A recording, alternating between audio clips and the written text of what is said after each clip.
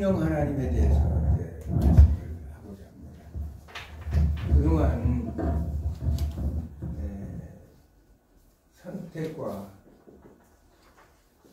언약, 심판, 유혹, 여기에 대해서 이제 우리가 다 공부를 했는데, 제일 중요한 것은 여기서 이 과정까지 오는 이 동안에 어느 분이 빠졌냐면 성령 하나님, 성령 하나님. 그냥 우리는 성령 하나님은 창조부터 마지막 우리가 저 하늘, 저 새 하늘 새 땅까지 가는 동안에 그 모든 역할을 하실 분은 성령 하나님인데, 정작 우리가 성령 하나님에 대해서는 별로 이렇게 공부하거나 또 귀를 기울이지 않는 것 같습니다. 그래서 마지막으로 오늘은 성령 하나님하고 다음 주부터는 요한계시록 이제 본장으로 들어가려고 합니다. 성령 하나님께서는 원래 이제 창조의 이제 때부터, 창조시부터 이제 성령 하나님은 참여를 하셨죠, 창조에. 그러면서 이제 예수님이 이 땅에 오시고 또 부활하셔서 각 그 모든 창조부터 예수 그리스도 이 땅에 오심부터 예수님 부활 모든 것까지를 성령 하나님께서 직접적으로 관여하시고 역사하셨다는 사실이에요. 그래서 성령이라는 이 히브리어는 루하우죠. 루하우. 히브리어는 루하우. 또 이 헬라어는 푸니마라고 이렇게, 푸니마. 헬라어는 푸니마라고 이렇게 얘기합니다. 그래서 이제 보통 성령을 바람, 또 숨, 생명력, 영, 정서, 의지력 등 이런 용어로 이렇게 우리가 좀 사용하고 있는데, 이 성령께서 이제 하나님께서 바람을 통하여 홍수도 마르게 하시고, 바람을 통하여 메뚜기를 또 몰아오기도 하시죠. 애굽에 심판할 때 바람을 통해서 메뚜기를 몰아오시기도 하고, 바람을 통해서 홍해를 가르시기도 하십니다. 또 이 광야에서 바람을 통해서 이제 메추라기를 몰고 오시는 경우도 있어요. 그래서 하나님께서는 이 바람을 일종의 이제 사역자로 쓰시고 있다는 사실이에요. 그래서 우리가 생각했던 성령, 숨, 이 루하우는 또 에스겔 37장에 보면 생기로도 우리가 이렇게 표현한 걸 이제 알고 있습니다. 생기, 사방에서 생기가 불어나서 와서 그 마른 뼈에 있던 이스라엘 백성들을 생기를 불어넣음으로써 이제 그가 살아서 군대를 일으키는 그런 내용도 나옵니다.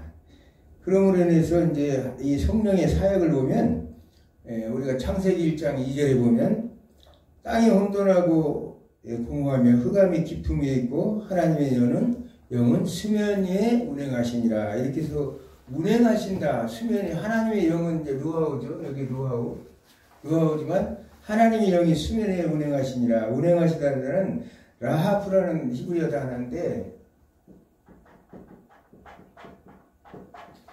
이것은 이제 하나님이 첫 창조를 하시고 우주 만물이 아직 질서와 조화 속에서 이루어지지 않을 때 그 만물을 이 어미새가 이렇게 품어안는 그런 이런 그 형상을 가졌다. 헌신적으로 어미새의 자세로서 우주 만물을 이 성령 하나님께서 이렇게 품어안았다. 이런 형상을 보여주고 있습니다. 그래서 하나님께서 이 성령은 창조에도 모든 만물을 창조하는 데도 관여했고, 또 너무나 잘 아시는 대로 창세기 1장 26절에 보면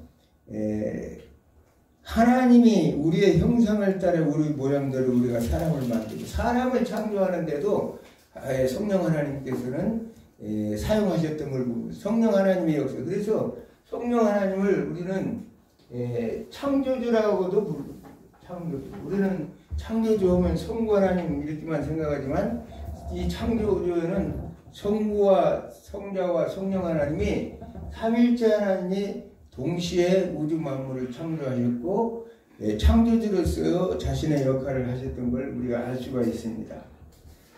그러므로 인해서 이 성령 하나님은 구약 시대에도 이제 성령의 역사죠. 우리가 일반적으로 성령의 역사는 오순절 성령의 강림 사건을 통해서 이제 신약 시대에 성령이 강권적으로 역사한 것 같지만 실질적으로 이렇게 창조에도 관여했고 구약 시대에도 성령께서는 계속적으로 역사하셨던 걸 봅니다. 예, 선지들에게 성령께서 역사하시죠.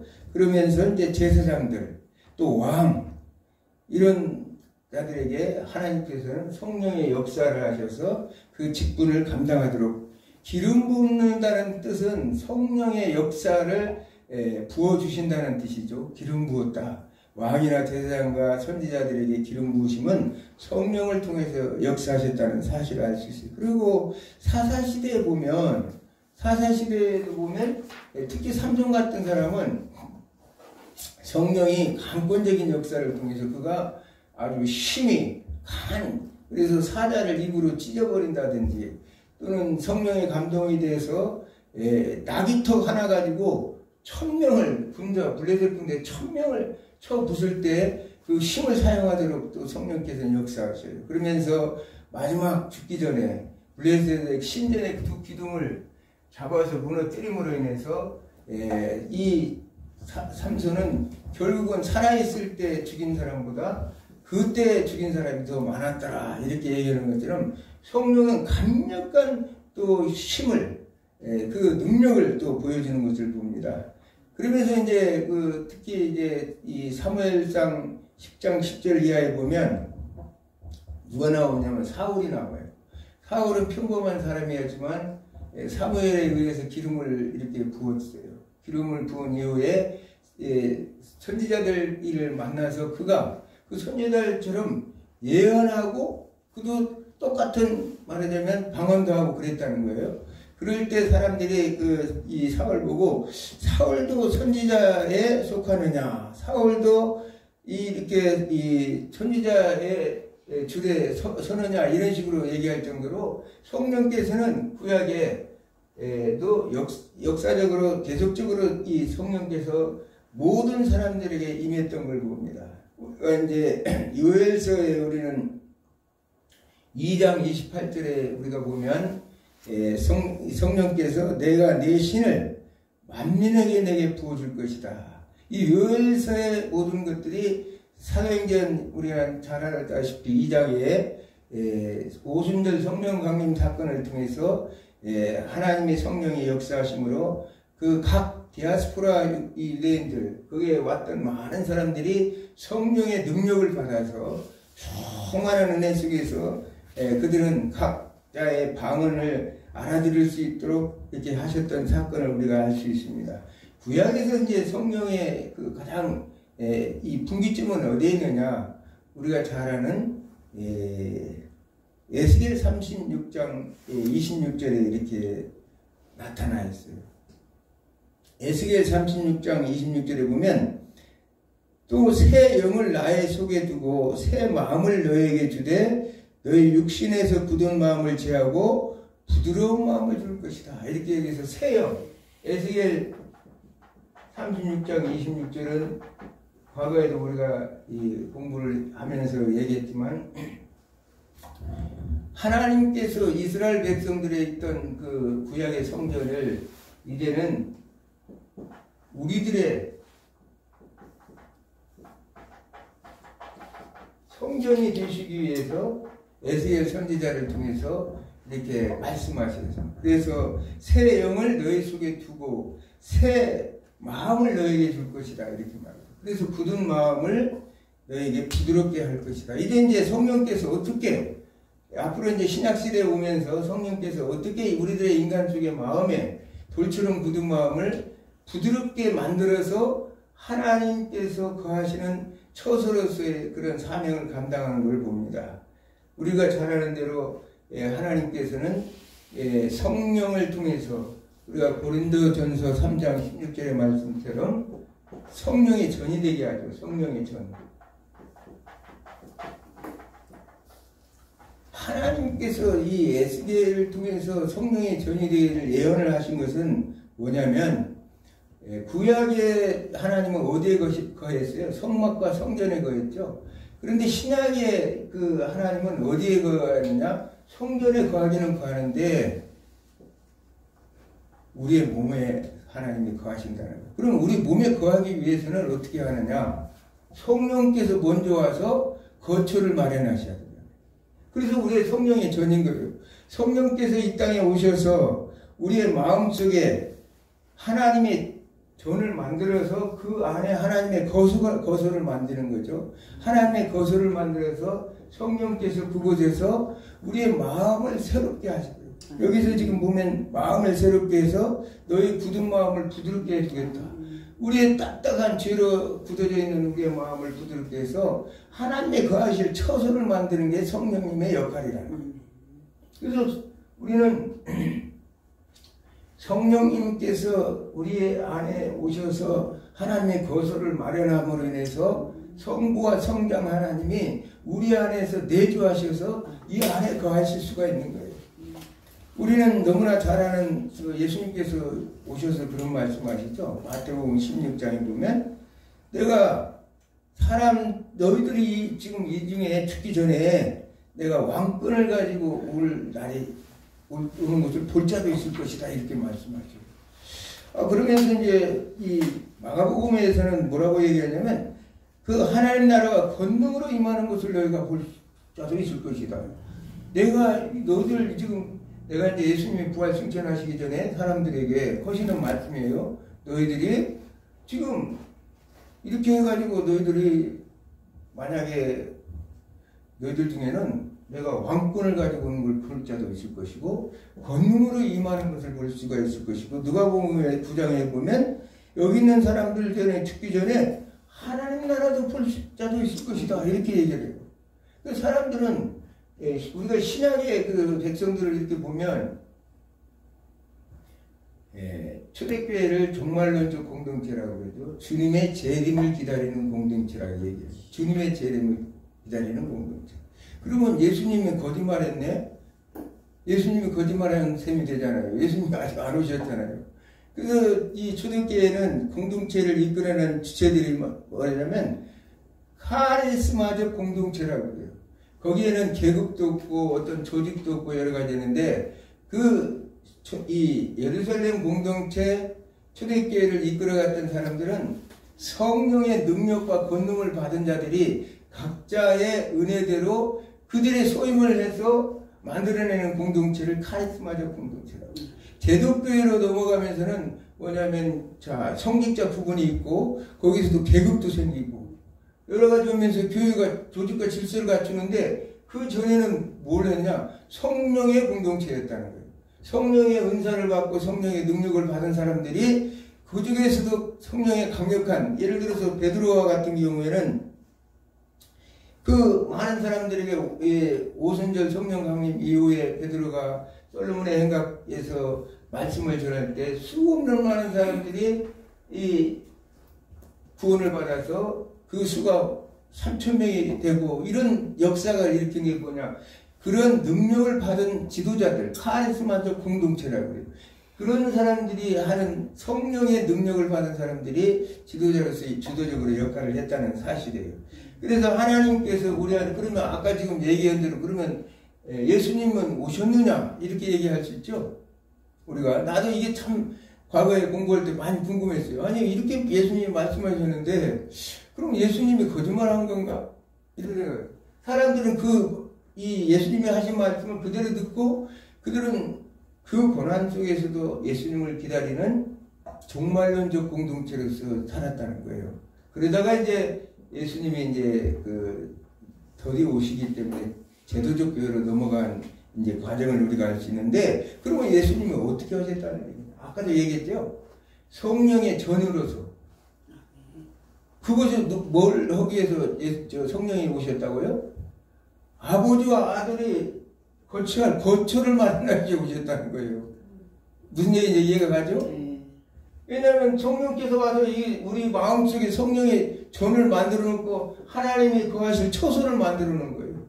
그래서 성령의 오심으로 인해서 하나님은 그냥 올 수가 없죠. 왜냐하면 거룩하지 않으면 우리 인간은 죽기 때문에 거할 수가 없어요. 구약에도 너무나 잘하지만 하나님과 함께 얼굴을 보거나 저희들이 하나님과 가까이 하면 그냥 죽는 거니까.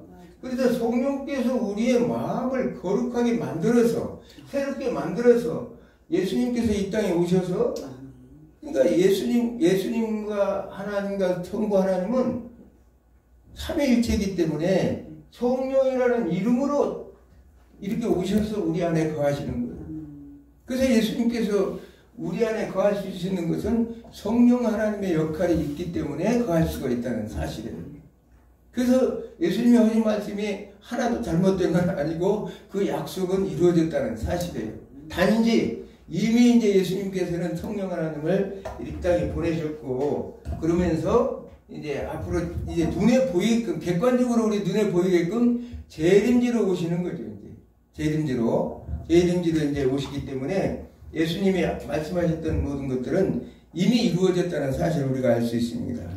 그러므로 인해서 그 성령님은 예수님의 탄생, 공생의 사역, 십자가의 대속의 죽으심 또는 부활 그리고 모든 사역에 성령께서 동참하심을 봅니다. 예수님께서 사역하실 때도 40일 동안 광야에서 금식을 받을 때나 정말 예수님께서 십자가의 고난의 그 과정에 있을 때나 또 부활할 때 모든 것을 성령께서 관여하셨다는 거예요. 그래서 우리가 보통 기독론적 입장에서 이 예수 그리스도를 바라본다든지 교회론적으로서만 많이 이렇게 공부를 하지만 실질적으로 성령 하나님의 역사라는 것은 대단하다는 거죠. 성령 하나님의 역사가 없으면 성부와 성자와 성령 하나님이 그 역할을 감당할 수 없다는 사실을 우리가 알 수가 있어요. 성경을 통해서. 그래서 우리가 성령 하나님께서 얼마나 참 귀한 일들을 하시는지 우리가 알 수 있습니다. 잘 알다시피 이제 예수님이 사도행전 1장 8절 이후에 보면 최후의 분부로서 오직 성령이 너희에게 임하시면 너희가 권능을 받고 예루살렘과 온 유대와 사마리아와 땅끝까지 이르러 내 증인이 되리라 이렇게 말씀하셨죠. 성령이 오셔서 그 권능을 받으면 너희들이 이렇게 할 것이다. 마가 요한의 다락방에서 그들은 그 예수님의 말씀을 믿고 그곳에서 성령 강림하는 것을 기다리면서 그들이 있을 때 성령이 강권적으로 역사를 하심으로 초대교회라는 것이 탄생하는 것을 봅니다. 그 당시에 베드로는 성령이 충만하여 너희가 회개하여 각각 예수 그리스도 이름으로 세례를 받고 죄사함을 받으라. 그리하면 성령의 선물을 받을 것이라. 사도행전 2장 38절에 이렇게 말해요. 성령의 선물을 받을 것이라. 회개하는 데는 반드시 성령의 선물을 받아야 된다는 거예요. 성령이 받지 않고는 회개할 수도 없고 우리가 성령의 역사가 아니면 회개할 수가 없어요. 성령. 우리가 에베소서 2장 8절에서 9절 말씀에 우리가 보면 너희가 하나님의 은혜로 믿음으로 구원을 받았는데 그것은 바로 하나님께서 주신 선물이라고 얘기해요. 그런데 그 선물은 뭐냐? 성령께서 우리에게 믿음을 주셨는데 믿음 그 자체가 성령이 선물인데 이걸 가지고 막 또 참 이거 가지고 막 논쟁이 엄청 많아요. 왜냐하면 알미니안주의자들은 뭐라고 얘기하냐면 이 믿음과 구원을 사람과 하나님과의 그 서로 협조하에 이루어졌다 이렇게 얘기를 하고 있어요. 그래서 이 칼빈주의나 우리가 정통 신학에서 공부하는 사람들하고는 좀 차이가 많아요. 근데 우리는 분명한 것은 성령께서 우리에게 강권적인 성령의 역사를 통하여 우리가 감동을 받아서 우리의 죄를 깨닫게 되고 회개하고 그래서 중생, 회개와 중생이라는 건 본어겐 한다는 얘기죠. 다시 태어난다. 그래서 회개와 중생을 통해 믿음으로 구원을 받는다는 거예요. 그 구원의 원인은 믿음이 아니라 구원의 원인은 뭐냐? 성령께서 역사하셔서 무슨 얘기인지 아시겠죠? 이거 잘못하면 요즘 뭐 한국교회도 막 이거 가지고 아주 막 그 신랄하게 비판하는 사람도 있더라고요. 왜? 우리는 뭐냐? 로봇이냐?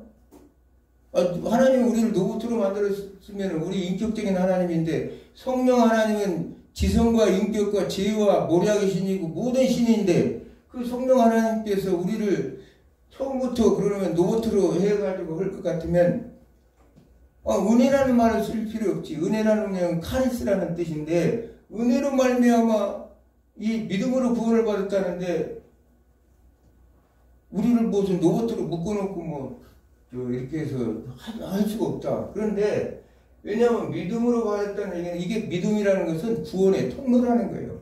원인은 성령께서 우리를 회개시키고 중생에서 거듭나서 우리가 믿음으로 우리가 구원을 받았다는 거지 이 인간은 아무것도 안 했다는 얘기는 아니에요. 왜? 하나님께서 여기서 이제 성들한테는 아까 또론이라고 얘기했죠. 그저 구약 어디 아까 오전에 할 때 구약 또론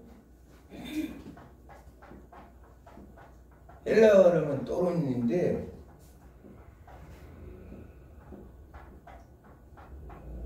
이 헬라어 또론이라는 단어예요. 이게 또론이라는 단어는 하나님의 은혜로 우리가 또 선물로 구원을 받았다는 뜻도 있지만 아까 이게 예물이라는 뜻도 있잖아요. 예물. 네? 예물이라는 뜻이 많이 사용됐다고 그랬죠. 이거 예수님께서 이제 식탁교제할 때 쓰는 용어가 토론이에요. 그러니까 하나님께서 우리의 선물을 줬다는 믿음으로 하나님이 우리에게 성령의 역사를 통해서 구원도 받았지만 당연히 우리도 믿음이라는 얘기는 우리가 반응했다는 거 아니에요. 우리의 마음이 몸이 반응을 해서 예물로 하나님 앞에 드려진 존재가 됐다는 얘기거든요. 근데 이것을 부인해가지고 또 왜 인간은 로봇이냐, 하나님의 강권적인 은혜로 어떻게 구원받느냐고 이런 가지고 시비를 하는 목사님들도 있더라고요. 유튜브에 보니까. 근데 사실은 내가 내 자신을 알지만 우리 힘으로 구원 받을 수가 없어요. 그렇죠. 나는 내 자신이 날마다 회개해도 모지르는데 무슨 내 힘으로 구원을 받겠어요. 하나님의 은혜, 하나님의 성령의 은혜로 카리스, 그 카리스대로 이게 우리가 구원을 받은 거지 이렇지는 않다는 거예요. 근데도 그걸 잘못 생각하고 오해하는 사람들이 너무나 많더라고요. 그래서 오순절 성령을 통해서 이제 교회는 회개를 통해서 많은 사람들이 그러면 어찌할 것인가 회개하고 너희가 주 예수를 믿으라 이렇게 베드로는 얘기하죠. 성령의 역할은 또 뭐냐면 하나님의 계시를 계시되게 하시는 거예요. 우리가 하나님의 계시는 우리는 죄로 인해서 완전히 시력이 가려진 상태예요. 하나님을 알 수도 없어요. 물론 지난번에 얘기했지만 칼빈은 기독교 강요에서 하나님을 아는 지식과 인간을 아는 지식은 연결되어 있다고. 근데 그때는 우리가 죄가 없을 때 원래는 하나님의 형상으로 만들었기 때문에 당연히 연결되어 있지 이게. 그렇지만 죄가 있는 우리 입장에서는 이미 죄로 인해서 시력이 가려졌기 때문에 하나님을 알 수가 없어. 하나님의 은혜가 아니면 하나님의 구원의 역사가 없이는 알 수가 없어요. 그런데 하나님께서는 하나님을 아는 방법을 일반 계시와 특별 계시 두 방법을 우리에게 알려줬죠. 일반 계시는 자연 만물을 통해서 우리에게 계시하고 있죠. 로마서 1장에서 보면 19절에서 20절에 보면 하나님의 능력과 심성을 자연 만물을 통해서 이미 우리에게 다 알게 해주셨다는 거예요. 근데 세상은 많은 사람들이 하나님의 은혜로 그 모든 하나님의 자신을 계시하고 있지만 그걸 우리 같은 사람은 돌아다니면서 만물을 보면서 목사님들 그러잖아요. 주 하나님 지으신 나의 세계 봐 이렇게 하면서 찬송 부르면서 얼마나 감격스럽습니까? 왜? 저 모든 것들을 하나님이 창조하셨다는 것을 알고 있기 때문에 그 만물을 통해서 우리가 하나님 우리한테 계시하고 있기 때문에. 그런데 확실한 계시가 뭐냐? 하나님의 특별 계시라는 거예요. 그것은 하나님의 말씀을 통하여 성령의 감동으로 그 모든 것들을 기록한 자들에 의해서 우리는 하나님을 확실히 알 수가 있는 거죠. 하나님이 창세기를 쓴 모세영에서는 모세에 의해서 하나님이 천지만물을 이렇게 창조했고 죄가 어떻게 들어왔고 우리는 어떻게 죄인인 것을 알게 되는 것이 뭐냐? 성경 말씀인데 그 성경 말씀을 우리가 이 디모데 후서 3장 16절의 말씀처럼 그 모든 것들을 성령께서 그 저자들, 기자들을 감동을 시켜서 교훈과 책망과 바르게 함과 의로 교육하기에 딱 알맞게끔 성령의 감동으로 하나님께서 이 말씀을 주셨다는 거예요. 성령의 택하신 자들을 감동 감화시켜 하나님의 말씀을 기록하게 하시므로 영혼 불변의 하나님의 말씀은 성령에 사로잡힌 예수님의 제자들에 의해서 전파되고 기록된 사실을 우리가 알 수 있습니다. 그리고 성령은 로마서 8장 1절에 보니까 죄와 사망의 법에서 우리를 해방시켜 주셨다는 사실이에요. 죄와 사망의 법에서. 보면 그러므로 이제 그리스도 예수 안에 있는 자에게는 결코 정죄함이 없으니 이는 그리스도 예수 안에 있는 성령의 법이 죄의 사망의 법에서 해방시켰습니다. 우리가 죄에서 해방되었다는 것을 어떻게 알 수 있느냐? 성령께서 알게 하셔서 성령의 법이 우리를 알게 하신다는 거예요. 이 말은 무슨 얘기예요? 예수께서 어떻게 정죄를 예수 안에 있는 사람 받을 수 없느냐? 예수님께서 십자가에 대신 우리는 죄인 아니에요. 당연히 죄의 싹은 사망이잖아요.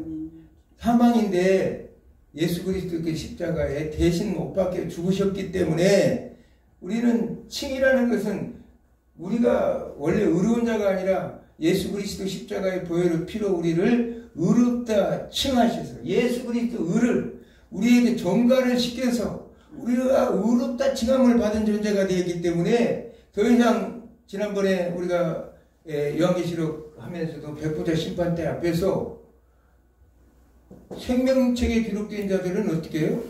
그냥 심판을 받지 않고 바로 새하늘 새 땅으로 가는 것과 똑같이 결코 정죄함이 없다는 거예요. 그 역할을 누가 하느냐? 성령께서 하신다. 대단한 참 은혜로운 성령님이에요. 지금 우리가 이렇게 알고 보면 우리는 기독론적인 예수 그리스도와 성부 하나님 삼위일체론에서 성부 하나님을 주로 많이 이렇게 공부를 하지만 실질적으로 보면 성령의 역할은 우리의 인생들의 가장 중요한 역할을 담당하고 아버지께서 말씀하시는 것, 예수 그리스도께서 하시는 모든 것들을 성령께서 모든 것들을 통해서 역사하신다는 사실이에요. 그래서 성령 하나님이 소중하다는 것은 너무나 잘 아는 것이죠.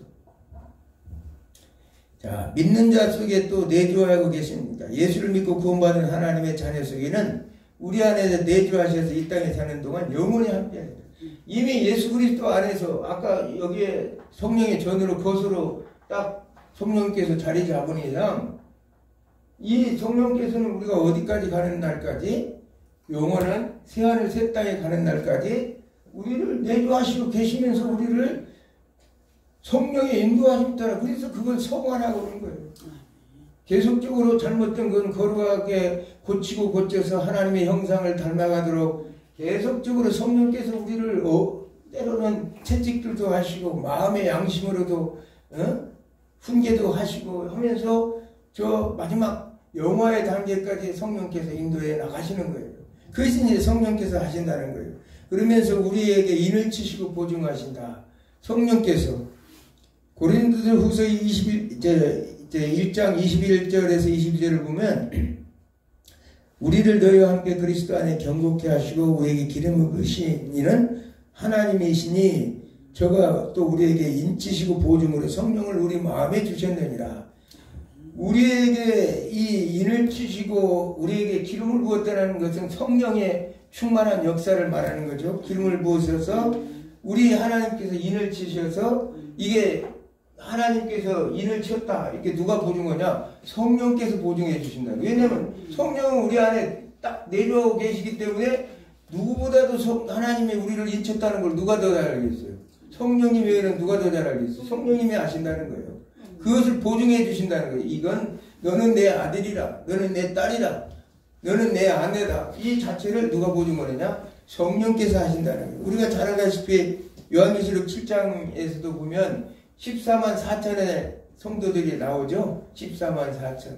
인을 맞은 자들 14만. 하나님의 인을 맞은 자 14만 4천이 주의 성산에서 하나님을 찬양하고 영광의 보좌 앞에서 하나님을 찬양하는 모습이 나오는데 그 사람들이 누구냐? 바로 성령을 통해서 인을 지고 보증받은 자들. 그런 자들이 하나님의 성령의 인도하심을 따라 성령께서 그 역할을 해주신다는 사실입니다.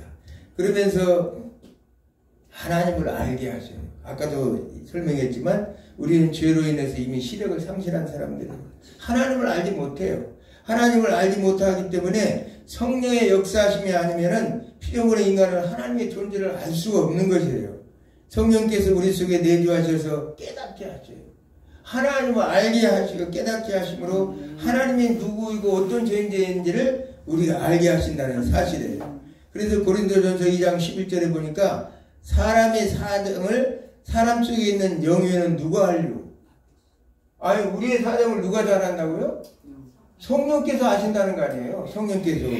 이와 같이 하나님의 사정도 하나님의 영에는 아무도 알지 못하느니라. 왜냐하면 성령은 하나님의 깊은 곳이라서 통달하신 분이라고 고린도전서 2장 10절에 말씀하신 것처럼 성령께서 그 하나님에 대해서도 너무나 잘 아시는 그분이 또 우리 안에 내주어 계시는 성령께서 우리의 모든 것을 다 알게 하셔서 우리를 통해서 성부 하나님은 이런 분이고 성령 하나님은 성자 하나님은 이런 분이라는 것을 누가 알게 하시냐면 성령께서 하신다는 것이죠. 그러면서 이제 성령님께서는 예수님을 살리신 것 같이 우리 몸도 살리신다. 자, 로마서 8장 11절에 보니까 예수를 죽은 자 가운데서 살리시는 영이 너희 안에 거하면 그리스도 예수를 죽은 자 가운데서 살리신 이가 너희에게 거하시는 그의 영으로 말미암아 너희 죽은 몸도 살리시리라. 우리가 로마서 6장에 보면 우리는 그리스도와 합하여 세례를 받고 또 그리스도의 죽으심과 연합하여 그 죽으심에 동참하고 또 우리는 그리스도와 합하여 우리는 부활도 연합해서 같이 부활의 몸으로 되는데 그걸 역할을 누가 하느냐? 성령께서 하신다. 그러니까 우리는 성령님이 아니고는 뭐 하나도 하나 제대로 할 수가 있는 존재가 아니라는 사실. 예수님께서 우리 몸을 부활시키는 게 아니라 예수 그리스도를 몸으로 부활시킨 성령에 의해서 우리 또한 성령의 능력으로 우리를 예수 그리스도로 부활의 몸으로 만드시는 분이 바로 성령이라는 사실을 성경은 우리에게 말씀하고 있습니다. 그래서 성령 하나님의 역할이라는 건 이렇게 소중하다는 사실이에요. 그러면서 우리를 무시로 성령 안에서 또 기도하게 하시죠. 성령 안에서 우리가 기도를 함으로 인해서 성령의 충만한 은혜를 통해서 하나님을 알게 되고 하나님을 우리가 알게 되는 거예요. 자, 성령은 또 우리의 연약함을 아시고 도우시고 우리를 위해서 친히 간구하세요. 우리 인간은 참 미련하죠. 근데 로마서 8장 26, 27절에 보니까 이와 같이 성령도 우리의 연약함을 도우시나니 우리가 마땅히 알 바를 알지 못하나 오직 성령이 말할 수 없는 탄식으로 우리를 위하여 친히 간구하시느니라. 우리가 사실은 하나님에 대해서 우리는 성령께서 알게 해주지 않은 이상은 성부와 성자 하나님에서 온전하게 알 수가 없죠. 그럴 때 성령 하나님이 우리 안에 내주와서 계시면서 마음속으로 탄식하면서 힘들어라. 너 이거 아직도 하나님에 대해서 알지 못하느냐? 내가 이렇게 네 마음을 내가 너무나 잘 알기 때문에 마음을 감찰하시는 이가 성령의 생각을 아신다. 이것은 하나님께서 성령님께서 무엇을 하시는지를 아시는 것처럼 성령이 하나님의 뜻대로 성도를 위해서 간구하신다는 거예요. 그러니까 우리가 알 바를 몰라서 하나님 나는 어떻게 해야 됩니까? 알지 모르고 갈팡질팡하고 있을 때 성령께서는 우리를 도우셔서 성부 하나님에게 우리의 마음을 전달하시는 분이 누구냐면 성령 하나님이라는 거예요. 그래서 성령 하나님이 없이는 우리가 예수 믿는 사람들은 사실 죽은 시체나 마찬가지인 거죠. 버려져 버린 길바닥에 버려진 에스겔 그 37장에 나와서 몸도 굳고 뼈도 다 갖췄지만 생기가 없으니까 뭐라고 그랬어요? 완전히 시체처럼 그대로 있는 거라고 그랬잖아요.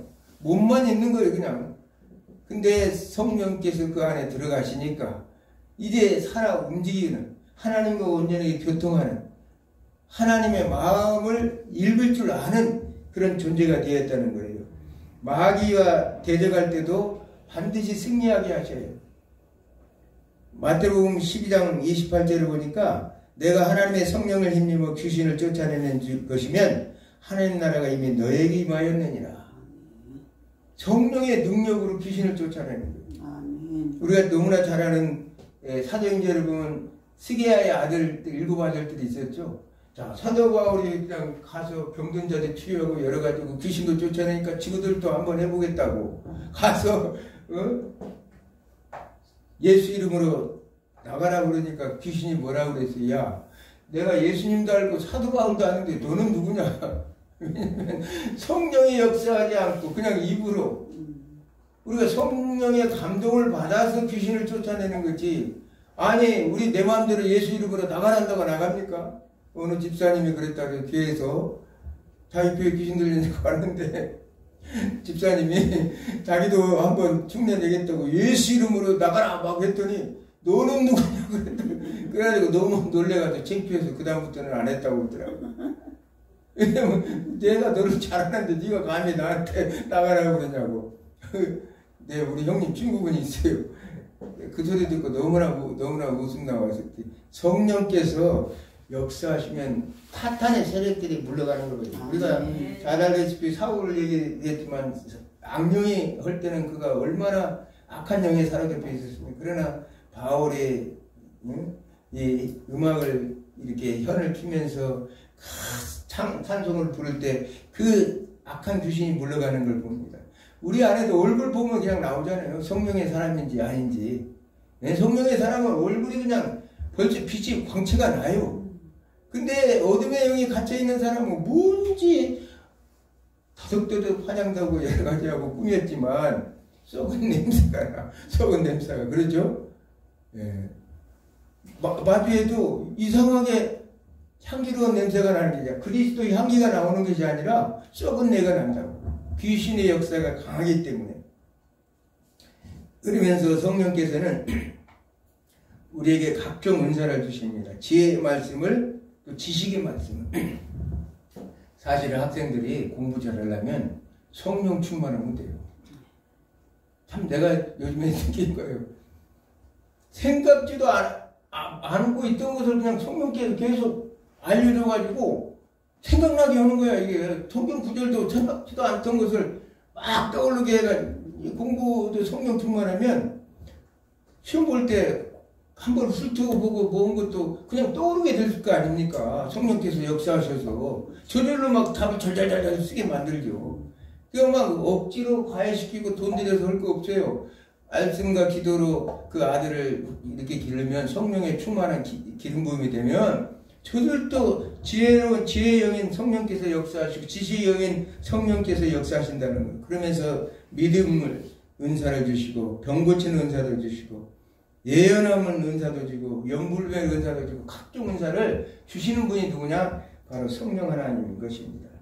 그러면서 성령 하나님께서는 이 사람이 하나님의 자녀인지 아니인지를 성령 하나님께서는 어떻게? 성령의 열매를 통해서 알게 해주신다. 성령의 열매를. 하나님의 자녀인 것은 그가 하나님의 자녀이라는 것을 알 수 있는 것은 성령의 열매를 맺는가 안 맺는가를 보고 알 수 있다는 거예요.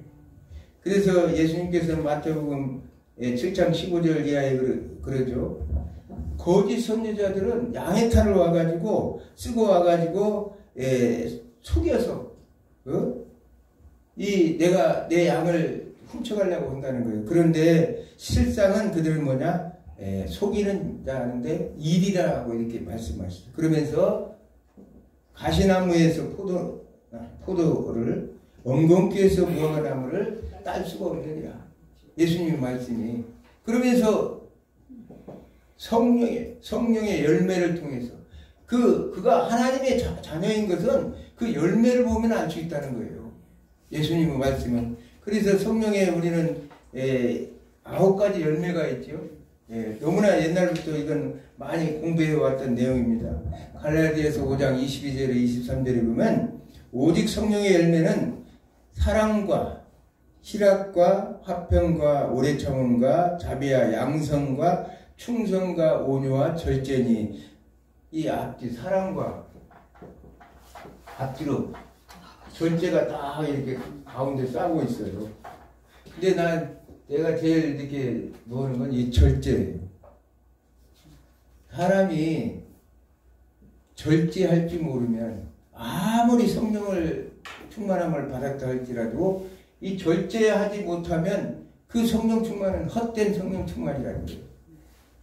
어떤 일에도 사람이 절제를 하고 자기 자신을 신분을 잘 하나님의 자녀답게 인격적으로 그 모든 것들을 잘 관리하고 다스릴 줄 알아야지 그냥 양철 지붕 위에 뜨거운 여름 지붕 위에 올라가 있는 그 고양이 마냥 막 펄쩍펄쩍 뛰는다고 해서 그 사람이 성령의 열매를 맺은 사람은 아니라는 거예요. 난 그런 분들 많이 봐요. 성령의 열매는 묵직하죠.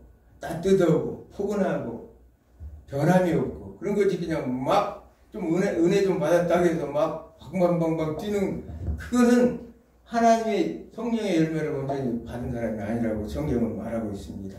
그러면서 자유와 의와 기쁨과 평강을 주신다. 고린도후서 3장 17절을 보니까 주의 영이 주는 영이시니 주의 영이 계신 곳에는 자유함이 있느니라. 성령 안에 있으면 정말 자유함을 누려요. 어떤 환경 속에 우리가 많이 경험하잖아요. 어떤 환난과 고통 속에서도 왜 이렇게 왠지 마음이 평안해지고 자유를 누리고 그런 평안함이 오는 거예요. 근데 성령 충만하지 않으면 그때부터 두려움과 염려와 근심과 걱정과 모든 죄된 모습들이 우리 안에서 드러날 수밖에 없어요. 그래서 로마서 14장 17절을 보면 하나님 나라는 먹는 것과 마시는 것이 아니오 오직 성령 안에서 의와 평강과 희락이니라. 이 지금 참 이 좋은 대목이 언제 나오냐면 예수님께서 요한복음 6장에 보면 이 광야에서 오병의 기적을 나타내요.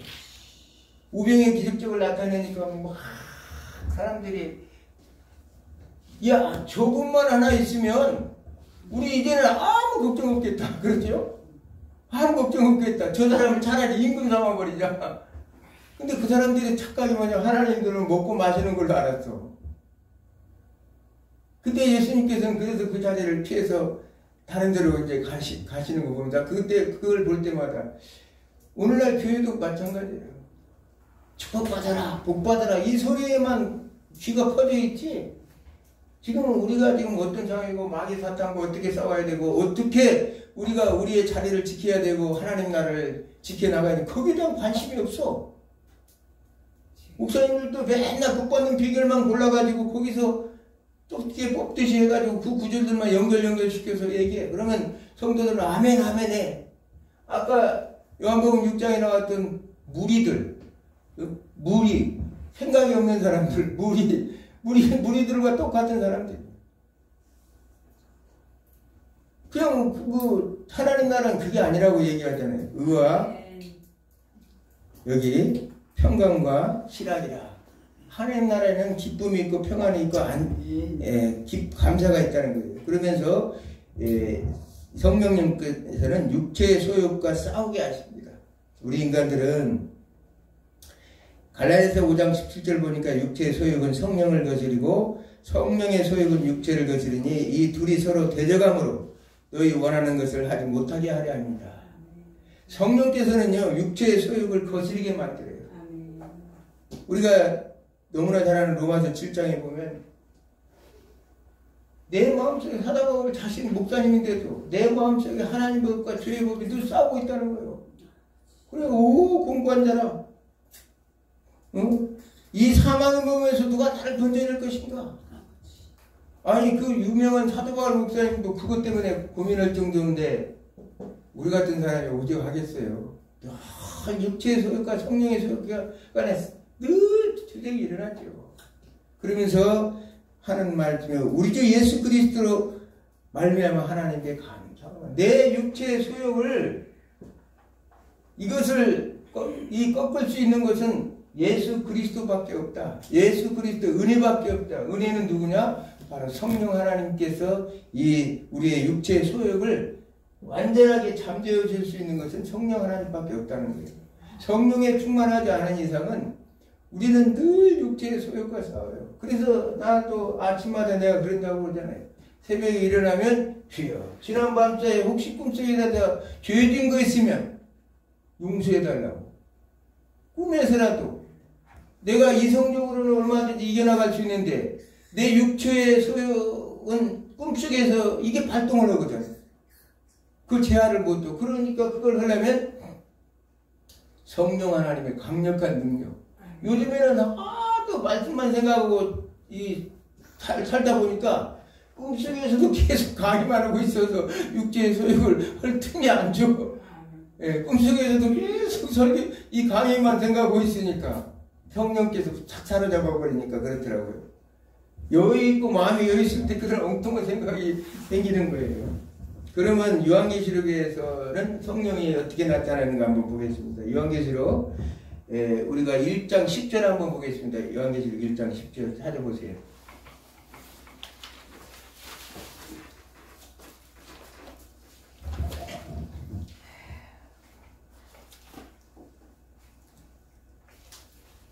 시작. 주의 날에 내가 성령에 감동하여 내 귀에는 나는 나팔 소리 같은 큰 음성을 들으니 가로되 너 보는 것을 책에 써서 에베소, 서머나, 버가모, 구아비레아, 사데, 빌라델비아라, 라오디게아 일곱 교회에게 보내라 하시기로. 요한계시록에서는 성령께서 이제 성령의 감동을 받아 사도 요한이 요한계시록을 쓰게 됩니다. 이 요한계시록도 사실은 실질적으로는 물론 저자는 예수 그리스도죠. 그 1장 1절에 예수 그리스도의 계시라. 예수 그리스도가 하신 말씀이요. 예수 그리스도에 관한 말씀이라는 얘기예요. 계시라는 얘기예요. 그러나 그 역할을 돕는 분이 누구냐? 성령 하나님이라는 사실을 말씀하고 있습니다. 그러므로 인해서 귀 있는 자는 성령의 교회들이 하시는 말씀을 들을지어다 이렇게 말하죠. 그러면서 성령이 어떻게 나타나면 계시록 1장 4절에 보면 요한은 아시아에 있는 7교회에 편지하는 이제도 계시고 전에도 계셨고 장차 오실 이와 그 보좌 앞에 있는 7영과 자 여기 이제도 계시고 전에도 계신 분은 누구예요? 성부 하나님. 그렇죠? 자 장차 오실 이는 누구예요? 성자 하나님. 그 보좌 앞에 7영은 누구냐? 성령 하나님이다. 그러니까 삼위일체 하나님이 요한계시록에도 다 나타나 있는 거예요, 지금.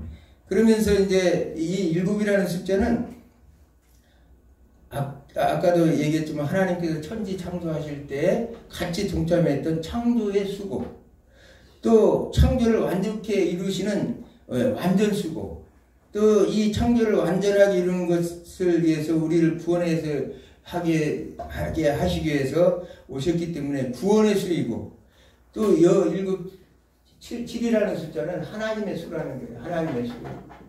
완전 수요, 구속의 수요, 창조의 수요, 이 하나님의 수라는 것을 성경은 말하고 있습니다. 그러므로 이를 통해서 볼 때 성령은 하나님이 이를 완벽하게 수용하신다는 사실이 상징임을 알 수 있다. 이 성령 하나님은 이 모든 것들을 7영을 통해서 하나님의 말씀하시고 그리스도가 하시는 일을 완벽하게 수행하시기에 오셨다는 사실을 우리가 알 수 있습니다. 잘 아는 우리가 요한복음 14장 16절에 이렇게 나오죠. 내가 아버지께 구하겠으니 그가 또 다른 보혜사를 너에게 주사 영원토록 너희가 함께 있게 하시리니, 여기서 또 다른 보혜사를 헬라어로 말하면 파라크레토스예요. 파라크레토스. 파라크레토스. 이 파라크레토스라는 말은 옆에로 불리움을 받은 자라는 뜻이에요. 옆에로 불리움을 받은 자. 또 돕도록 불림을 받았다는 뜻입니다. 돕도록 불림을 받았다. 그러니까 우리말로 하면 변호사라는 뜻이에요. 변호사. 그래서 이거 법정 재판에 서서 핍박받는 사람들을 변호하는 자라는 사실이에요.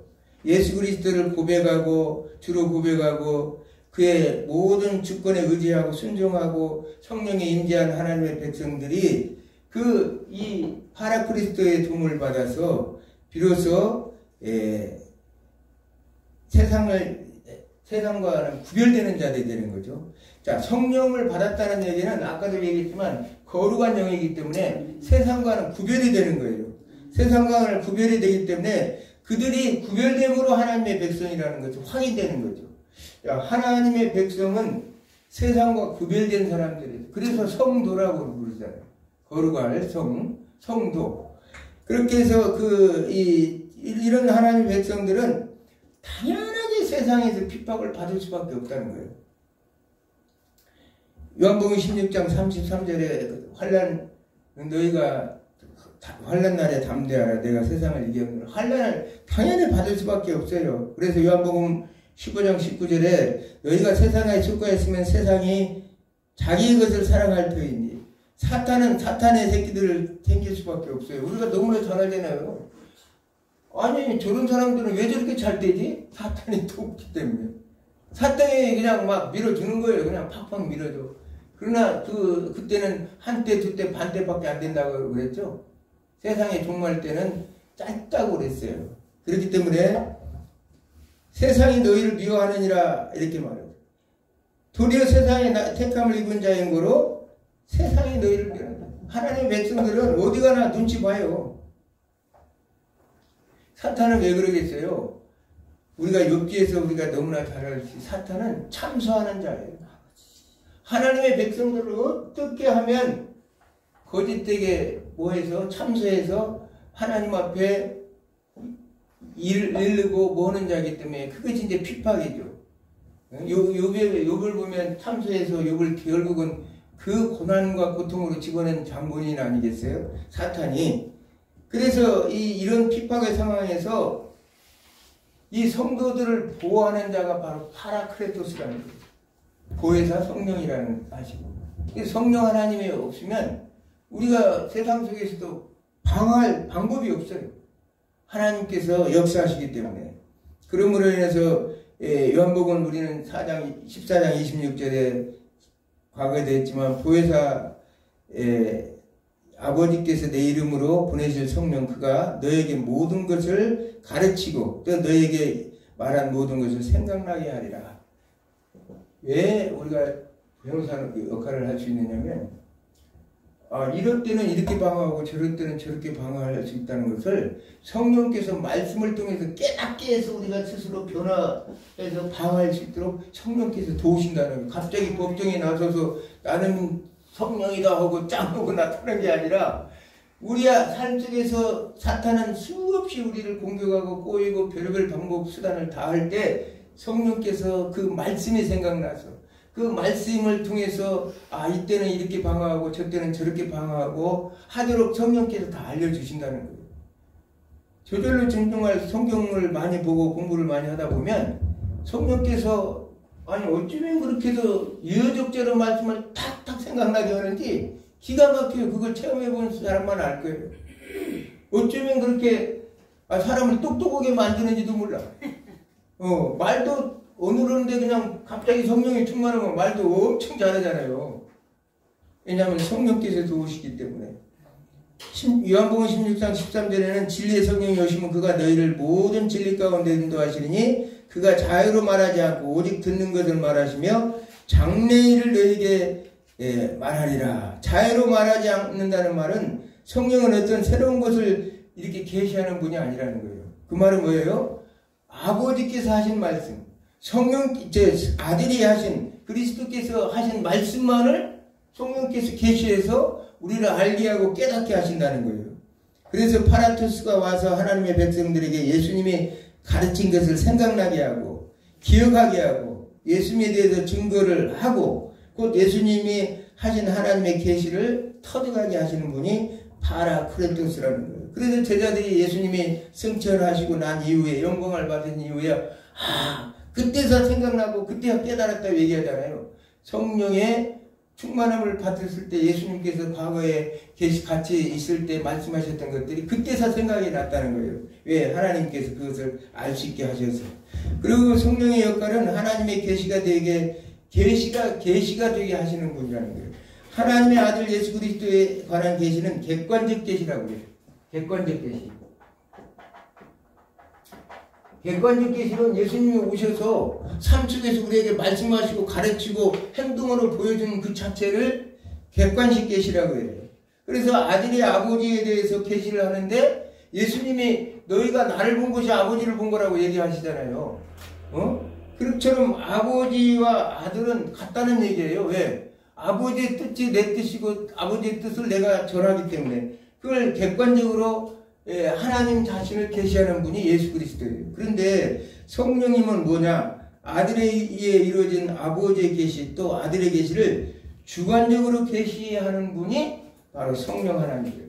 성령 하나님은 주관적 계시를 해요. 우리 안에 내주하셔서 너 예수님께서 그렇게 말씀하셨지 않느냐? 성부 하나님께 이렇게 하셨지 않느냐? 이렇게 해서 하나님이 하나님 되게 하심을 계시하는 분은 성령 하나님인데 그것을 주관적 계시라고 한다. 객관적 계시는 예수 그리스도께서 직접적으로 우리에게 보여주셔서 자신이 내가 아버지의 일을 내가 하고 있다고 이렇게 수없이 여러 번 얘기했잖아요. 그래서 그걸 객관적 계시라고 하고 성령님께서는 아들의 계시, 아버지의 계시를 계시되게 하는 분이 바로 성령 하나님인 것을 우리가 알 수 있습니다. 마지막으로 동시에 성령님은 검사에 대한 역할도 해요. 검사. 요한복음 16장 18절에 보니까 그가 와서 죄에 대해서 의에 대해 심판에 대해서 세상을 책망하시느니라. 죄에 대하여는 예수 그리스도를 구주로 믿지 않았기 때문이라고 이렇게 말하고 있어요. 예수 그리스도를 믿지 않았기 때문에 죄에 대해서 성령님께서 책망하고 심판하신다는 거예요. 성령의 역할을 불신하는 인류의 죄인됨을 드러내는 것이다. 그래서 그들이 하나님의 심판의 대상임을 드러나게 하신다. 심판의 대상인 것을 드러나게 하는 것은 성령 하나님의 역사라는 사실이에요. 왜냐하면 성령께서 모든 것들을 죄를 알게 하고 깨닫게 하고 드러나게 해서 너는 그래. 그래서 너는 심판을 받을 거야. 이렇게 말씀하시는 거예요. 성령께서 그 모든 것을 드러나게 해서 그러므로 인해서 이제 검사의 역할을 하신다는 거예요. 검사가 죄를 들춰내는 거죠. 성령 하나님은 보혜사, 말하자면 변호사 역할도 하지만 검사의 역할도 하시는 거예요. 파라크레토스의 역할은 하나님의 백성에 대해서는 변호사 역할을 하고 세상에 대해서는 검사의 역할을 하고 계신다는 사실을 우리가 알 수 있습니다. 그렇지 이처럼 성령 하나님은 피조물의 감독과 심판의 사역을 수행하고 계신다는 사실을 우리가 성경을 통해서 알 수가 있습니다. 오늘 이렇게 말씀을 통해서 보니까 성령 하나님의 역사는 대단하죠. 성령 하나님이 없으면 우리는 이렇게 자유로 말도 안 되고 또 말씀도 생각도 안 나고 그리스도가 누구인지도 알지 못하고 창조자 하나님이 누구고 성부 하나님이 누군지 앞으로 있을 심판과 재림에 대해서도 아무도 알 수 없다는 거예요. 그렇기 때문에 우리는 늘 성령에 충만해야 된다. 성령에 충만할 때 지혜의 영이 임하고 성령에 충만할 때 우리는 세상의 어떤 권세로부터도 세상의 어떤 악한 영들로부터도 세상의 어떤 죄악된 이 사탄의 세력들로부터도 우리는 넉넉히 이길 수 있다는 사실이에요. 우리가 그러므로 인해서 한 주간도 이 성령 하나님에 대해서 깊이 생각하면서 정말 그 은혜가 얼마나 성령 하나님 은혜가 감사하고 누구보다도 우리가 성령 충만해야겠구나를 생각하는 한 주간이 되기를 바랍니다. 다음 주부터는 요한계시록 본강에 이제 들어가게 됩니다. 기도하겠습니다.